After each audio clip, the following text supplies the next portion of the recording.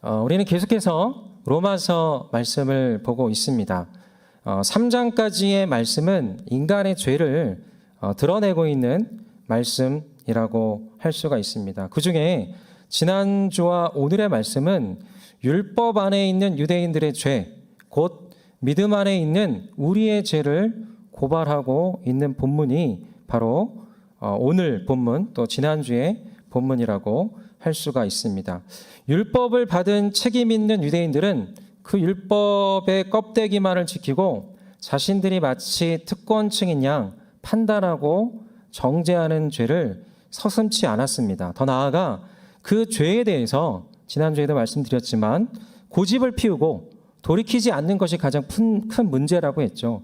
고집을 피우고 돌이키지 않는 그 모습으로 하나님의 진노는 쌓여가고 있다라고 말씀하셨습니다. 그리고 그것은 중요한 것은 그 유대인의 그 모습이 바로 판단하고 정죄하는 모습, 또 그것을 돌이키지 않고 끊임없이 고집을 피우고 있는 우리의 모습이 바로 유대인의 모습이다라는 것을 말하면서 우리의 모습을 함께 고발하고 함께 그 죄를 드러내고 있는 본문이 바로 이 말씀이라고 할 수가 있습니다.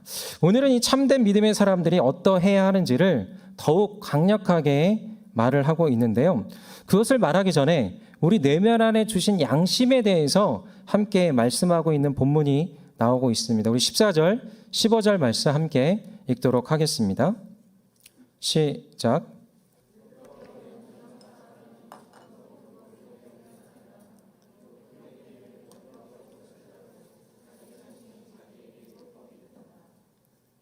이런 사람은 율법의 요구가 자기 마음에 기록되어 있음을 보여줍니다. 그들의 양심도 이것을 증언합니다. 그들의 생각이 서로 고발하기도 하고 변화하기도 합니다. 이 말씀을 보면요, 율법이 없는 사람도 자기 자신이 율법이 되고 그 율법의 요구가 자기 마음에 기록되어 있다라고 말하고 있습니다. 여러분이 자기 마음에 기록되어 있는 율법이 없는 사람이라는 건 믿음이 없는 사람, 하나님 안에 있는 자가 아닌 자들에 대해서 그들 안에도 율법의 요구가 그 마음 안에 있다라는 거예요. 그것은 무엇이냐면 양심이라고 말씀드릴 수가 있습니다. 모든 인간 안에는 이 선하게 살게 하는 근원적 힘이 있는데요. 이것이 바로 양심인 것이죠. 이 양심의 가책을 받는다라는 말이 있는데요.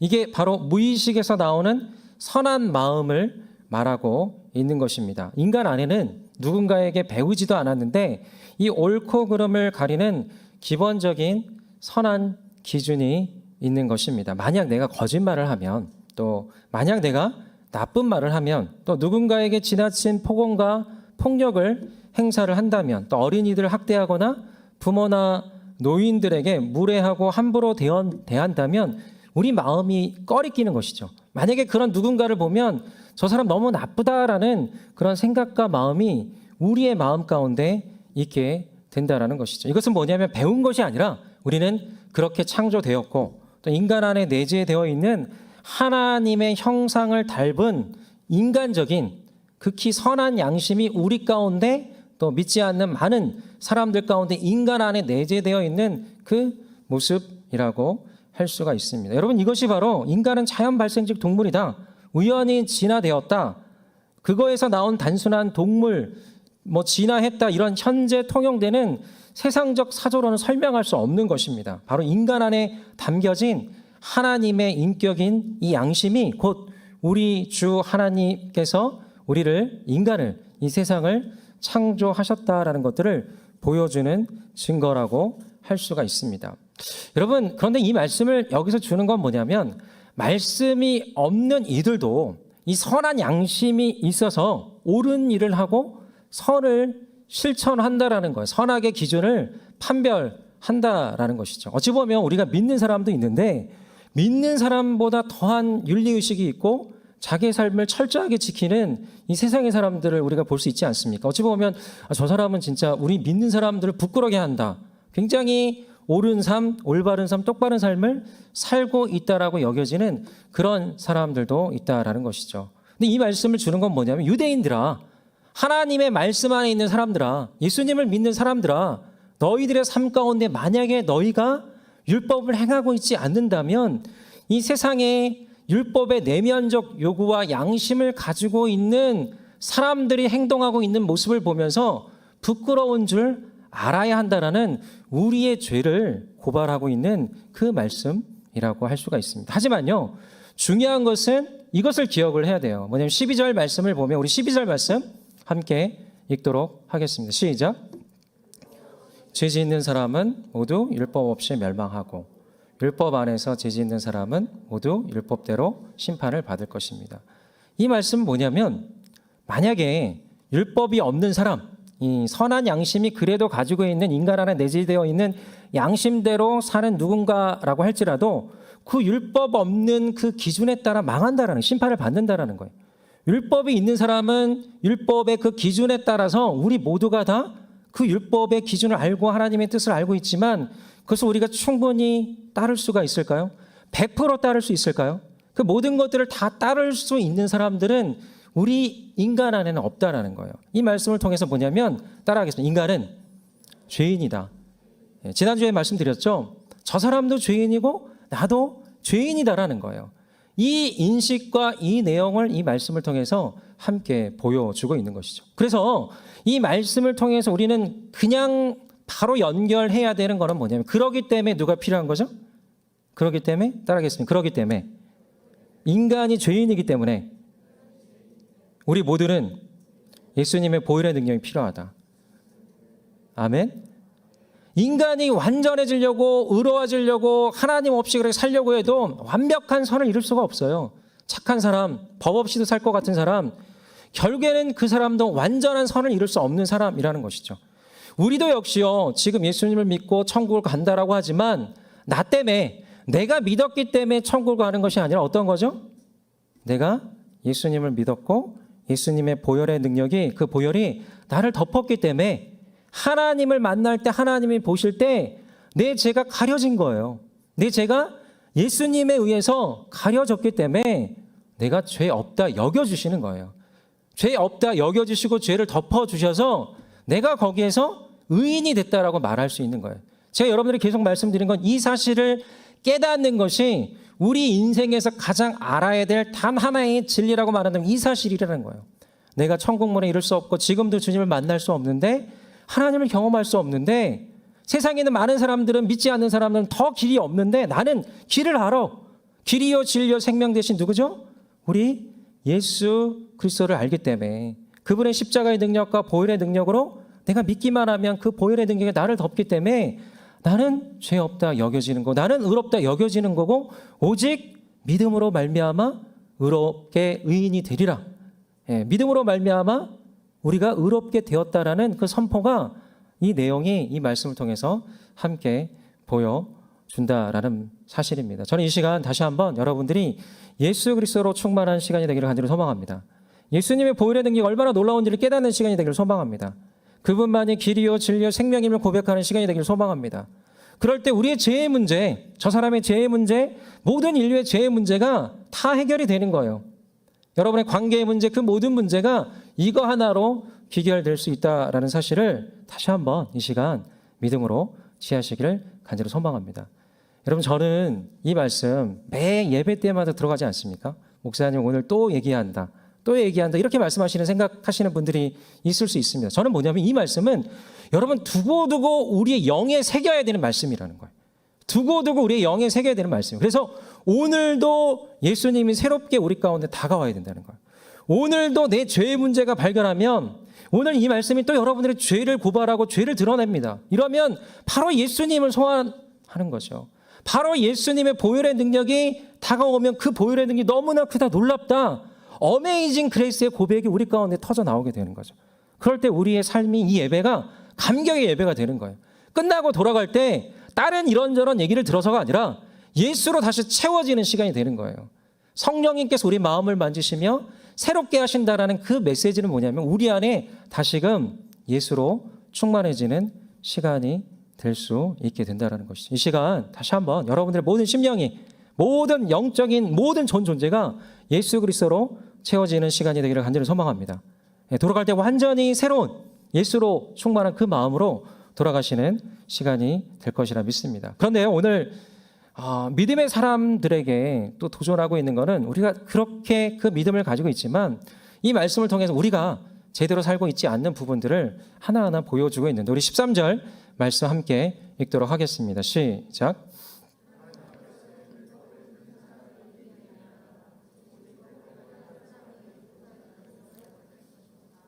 이 말씀은요, 우리가 하나님의 말씀을 받았어요. 하나님의 말씀을 끊임없이 들려주십니다. 중요한 거는 우리가 그 말씀 앞에 겸허히 순종하며 반응하며 나아가느냐. 그걸 물어보는 이 말씀인 거죠. 중요한 거는 하나님의 말씀 앞에 우리가 의롭다 인정받는 것은 바로 이 말씀을 말씀대로 살아가는 것.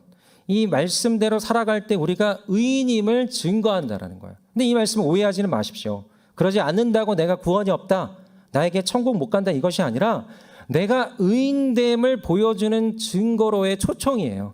여러분들이 끊임없이 이 땅에서 더욱더 말씀대로 살 것에 대해서 도전하고 또 도전하는 그 말씀이라고 할 수가 있습니다. 하지만 이 말씀을 보면 유대인들이 그렇게 하고 있지 못하기 때문에 바로 이런 결과가 어떤 결과로 이어지는지를 이 말씀을 통해서 말하고 있는데 우리 23절, 24절 말씀 함께 읽도록 하겠습니다. 시작. 하나님을 욕되게 합니까? 기록되기를 하나님의 이름이 너희로 인해 이방 사람들 사이에서 모욕을 당하는구나 라고 한 것과 같습니다. 여러분, 이 말씀 이후로 보면 간음하지 말라고 말을 하면서 너희가 왜 간음을 하는가? 이 말씀 이후에 보면 도둑질 하지 말라고 하면서 너희가 왜 도둑질 하는가? 한마디로 유대인들의 위선을 드러내고 있는 거예요. 하지 말라, 뭔가 잘 지켜라, 의인 되어라, 그렇게 말을 하면서 그것들을 충분히 지키지 않는 내로남불의 그 모습을 분명하게 고발하고 지적하면서 이 세상 가운데 믿는다 하지만, 이 세상 가운데 하나님의 사람이라고 하지만 되려 더 비난을 받고 어쩌면 믿는 사람들이 저럴 수가 있어 하면서 그렇게 많은 믿는 사람들이 가지는 말과 행동이 다른, 말과 진심이 다른 이 많은 것들을 함께 드러내고 있는 것이죠. 그럴 때 하나님이 어떻게까지 얘기하냐면 어떻게 하나님을 욕되게 합니까? 어떻게 하나님을 모욕당하게 합니까? 라고 이 말씀을 통해서 함께 이야기를 하고 있는 것입니다. 우리가 이 세상 가운데 정말 정직하게 사는 것, 이 세상에 있는 사람들에게 비난받지 않고 또 이 세상 가운데 성실하고 하나님의 사람답게 말씀을 지키면서 살아가는 것이 결국에는 그 예수의 이름을 높여 올려드리는 것, 예수님을 모욕당하지 않게 한다는 건 예수님의 이름이 땅에 떨어지는 내 행동과 내 말과 내 마음과 내 반응이 있다면 이것은 예수님의 이름이 점점 세상 가운데 희미해져 가고, 이 사람 때문에 예수님을 믿고 이 사람이 믿는 예수님을 나도 믿고 나도 따라가고 나도 함께하고자 하는 그런 마음들이 들게 되는 것이 바로 예수 믿는 사람의 복음의 능력이자 예수 믿는 사람의 그 마땅히 걸어가야 될 길인데, 그렇게 하지 못하고 있다는 것은 우리의 모습 가운데 분명히 예수 그리스도를 올려드리지 못하는, 진정한 빛을 비추지 못하는 그런 요소가 있다라는 것입니다. 여러분, 우리가 곧 얼굴입니다. 하나님의 얼굴입니다. 우리가 곧 하나님을 바로 보여주는 바로미터이고요. 우리가 손가락질을 당하고 우리가 정직하지 못하고 또 너무 이기적이라고 자기의 배만 채운다고 욕을 듣는다면 그것은 결국에는 하나님이 모욕을 당하는 셈이 되는 것입니다. 우리의 삶의 목적은 무엇입니까? 바로 하나님을 영화롭게 하는 거예요. 하나님을 영화롭게 한다는 것은 모든 삶 속에서, 관계 속에서, 만남 속에서 우리의 모습을 통해서 예수님의 이름이 올라가는 거죠. 예수님이 그들에게 새겨지는 것입니다. 하지만 그렇게 하지 못하고 있다면 오늘 이 시간 이 말씀을 통해서 다시 한번 돌아보고 돌이키는 그 길로 이 말씀을 통해서 여러분들에게 초청을 하고 있는 것입니다. 그러면서 이 유대인들에게 이렇게 이야기를 하고 있습니다. 유대인이 어떤 사람들인지 말하고 있는 우리 17절, 18절 말씀 함께 읽겠습니다. 시작. 하나님을 자랑하고 율법의 가르침을 받아 하나님의 뜻을 알고 지극히 선한 것을 분간할 줄 압니다. 우리가 하나님을 알고 또 하나님의 말씀을 의지하고 하나님의 뜻이 무엇인지 안다라고 말하고 있지만 과연 진짜로 하나님의 뜻을 또 알고 있는 건지, 또 하나님의 뜻을 그대로 안다면 우리는 함께 자연스럽게 따라가게 돼 있는데, 그렇게 하고 있지 못한 유대인의 모습을 계속해서 이야기를 하고 있는 거고요. 더불어 이렇게 또 이야기를 하고 있습니다. 우리 19절, 20절 말씀 함께 읽도록 하겠습니다. 시작. 사람의 빛이요, 어리석은 자의 교사요, 어린아이의 선생이라고 믿고 있습니다. 이는 그대가 율법의 지식과 진리의 교훈을 갖고 있기 때문입니다. 지금 현재 유대인들은 이 말씀이 어떤 역할을 하는지를 아는 거예요. 눈먼 사람을 안내하는 안내자 역할을 하는 게 말씀의 능력이다라는 것. 어둠 속에 있는 사람의 빛이다. 그리고 어리석은 자의 교사다. 어린아이 선생이라고 믿고 있는 거죠. 그리고 자기가 율법을 받았기 때문에 이런 거를 할 수 있는 자다라고 그렇게 의기양양해 하고 있는 것입니다. 여러분, 진짜로 율법을 가지고 있는 사람들, 하나님의 말씀을 가진 사람들은 지금 현재 유대인들, 또 하나님의 복음을 또 믿는다 하지만 충분하게 복음의 능력 가운데 거하지 못하고 있는 경우에는 이 능력과 이것들은 알지만 충분히 누리고 있지를 못하지만, 이 말씀을 통해서 분명한 것은 무엇이냐면, 분명하게 말씀을 알고 또 말씀을 깨닫고 그렇게 나아가다 보면 이와 같은 삶을 살 수 있게 된다라는 거예요. 우리가 눈먼 사람의 안내자가 될 수가 있는 것이고요. 어둠 속에 있는 사람들에게 빛을 비출 수 있는 사람이 될 수가 있다는 것입니다. 어떤 사람들을 세울 수가 있고요. 또 바로 가르칠 수 있는 교사와 선생의 능력을 가지고 있다는 것입니다. 뭐냐면 그 말씀에 담긴 뜻과 능력을 깨달을 때 우리에게도 자연스럽게 그 말씀이 무기로 장착이 되면서 우리도 역시 안내자요, 빛이요, 또 교사와 선생의 역할을 감당할 수 있게 되는 것입니다. 여러분, 말씀은 이렇게 약속하고 있어요. 누가복음 4장 18절 19절 말씀인데 우리 함께 같이 읽도록 하겠습니다. 시작. 18절 제가 말씀 읽겠습니다. 18절 읽겠습니다. 시작.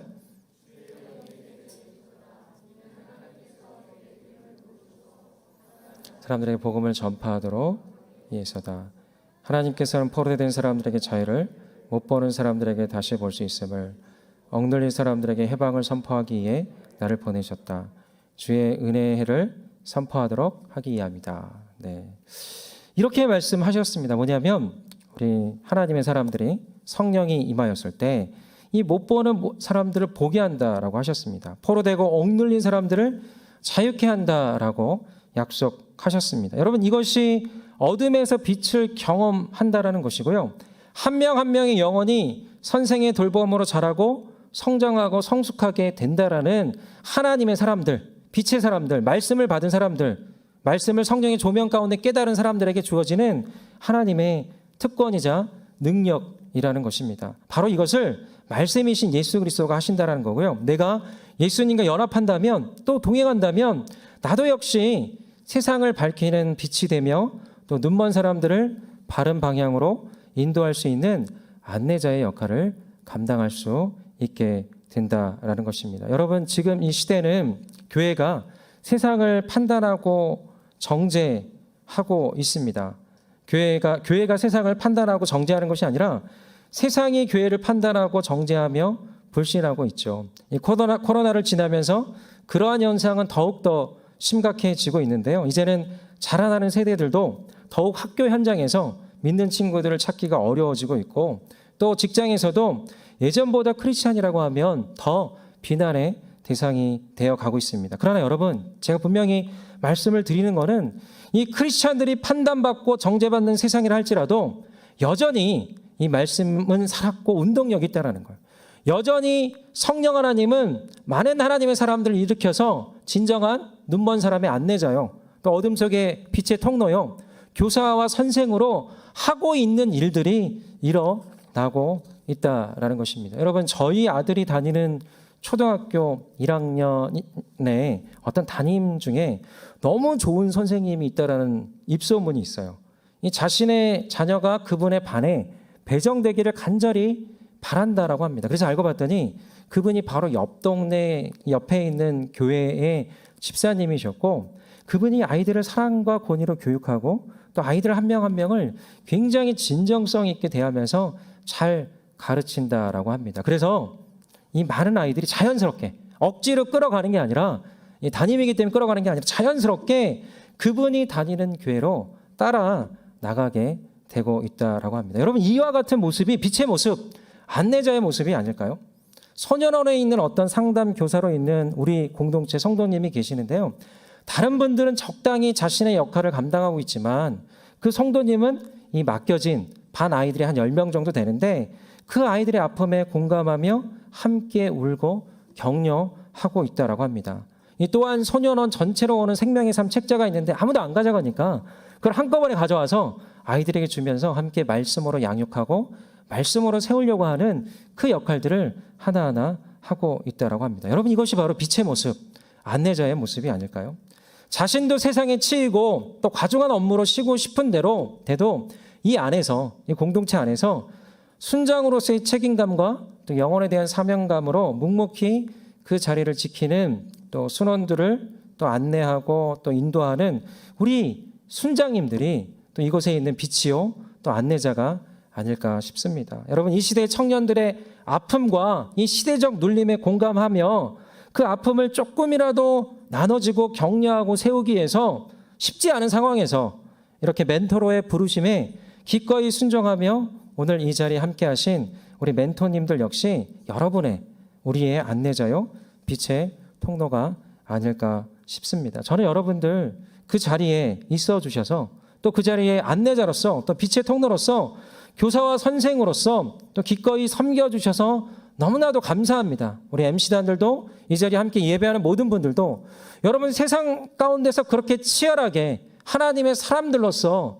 또 그렇게 빛이요 또 안내자로 그렇게 살아가기 위해서 발버둥을 치고 있는 여러분들의 그 모든 또 노고와 수고 가운데 하나님의 세임과 또 성령의 이로가 함께하기를 간절히 소망합니다. 여러분, 이루하고 싶고요. 근데요, 중요한 거는 우리가 이 말씀을 통해서 보여주는 건 뭐냐면 완전할 수 없다라는 거예요. 우리가 노력하지만 애를 쓰지만 끊임없이 그렇게 하고 있는 것보다도 어찌 보면 우리의 감정에 따라서 그저 모든 것을 놓고 싶은 마음에 따라서 내가 믿는 사람인지 아닌지 섞여 있기보다 나를 드러내고 싶지 않는 마음까지 들 정도로 그저 사람들이 나를 믿는 사람인지 모르게 되었으면 좋겠다는 마음으로 세상 가운데 있을 때가 많은 것이 우리의 모습, 속내가 아닌가 싶습니다. 하지만 오늘 이 말씀을 통해서 그 비결과 방법을 말하고 있습니다. 우리가 어떻게 살아가야 되는가, 어떻게 힘을 얻는가, 영적인 도움과 능력을 얻는가, 바로 그것이 로마서 2장 29절 말씀에 있는데 우리 함께 같이 그 말씀 보도록 하겠습니다. 시작.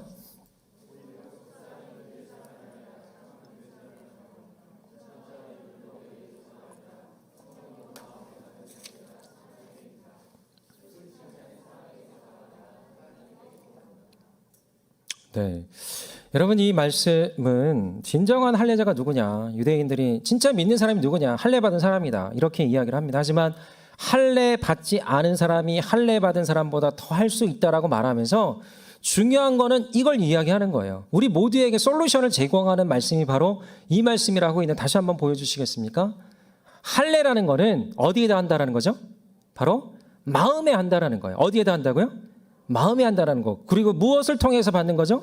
성령으로 마음에 받은 게 참할례라는 거예요.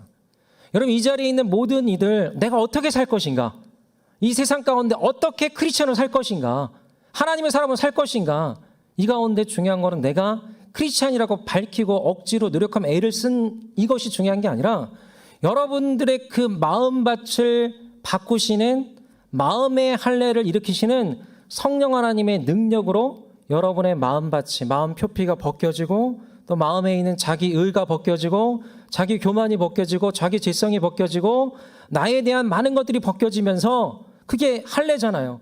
내 마음이 찢어지는 거죠. 마음이 찢어지면서 그 안에 예수님의 생명과 예수님의 사랑과 예수님의 심장과 예수님의 성과 발이 심겨지는 거죠. 여러분, 너희 안에 이 마음을 품으라 곧 그리스도 예수의 마음이라는 빌립보서 2장 5절 말씀이 성령으로 말미암은 마음의 할례를 통해서 우리 가운데 이루어지게 된다라는 것입니다. 여러분, 인정하십시오. 내가 그 의를 내가 이루고자 하는 크리스찬의 모습을 이 세상 속에서 빛의 모습, 안내자의 모습, 발버둥을 치지만 완전하게 이룰 수 없어요. 그 모든 것들 다 우리가 이루기가 어려운 게 우리의 본래 모습입니다. 하지만 끊임없이 이것을 인정하십시오. 내 마음밭을 바꾸시는 분이 계시다라는 거예요. 누구죠? 따라해요. 성령님. 성령님께서 마음의 할례를 베풀어 주시면, 여러분 아마 제가 제일 먼저 왔을 때 여러분들에게 말씀드렸던 게 바로 이 말씀이었을 거예요. 마음의 할례를 베푸시는 그 성령님께서 내 마음의 포피를 벗겨내시면 자연스럽게 내가 내 안에 성령으로 할례를 받은 하나님의 자녀로서의 삶을 기꺼이 살아갈 수 있게 되는 놀라운 하나님의 통로가 될 수가 있다는 것입니다. 여러분, 그러면요, 내가 예배하고 싶지 않아도 자연스럽게 예배하게 돼요. 내가 무엇인가 애쓰지 않아도 그것을 하게 되는 마음을 주십니다. 여러분, 성령님이 마음의 할례를 주시면 내 마음밭이 돌과 같은 마음밭이, 살과 같은 마음밭이 되게 하겠다고 돼 있어요. 그래서 이 마음밭을 통해서 하나님을 예배할 때 갑자기 눈물이 나오고요, 말씀을 볼 때 갑자기 깨달아지는 일들이 일어납니다. 아까 전에 말씀드렸던 예수 그리스도가 구원자요 주인이요 내 생명의 모든 것인 다 구원자의 주인이시다라는 이 놀라운 은혜가, 이 머릿속에 있는 은혜가 갑작스럽게 내 안에 내려오는 이 작용을, 영적인 작용 누가 하신다라는 거죠? 성령님이 하신다라는 사실입니다. 저는 오늘 이 시간 여러분들 가운데 다시 한번 이 성령으로 마음의 할례가 베풀어져서 여러분들이 새롭게 더욱더 하나님을 영으로 섬기고 또 그리스도 예수만을 자랑하며 참 할례를 받은 하나님의 사람들로 세워지는 이 시간이 되기를 간절히 소망합니다. 그렇게 될 것이라 믿습니다.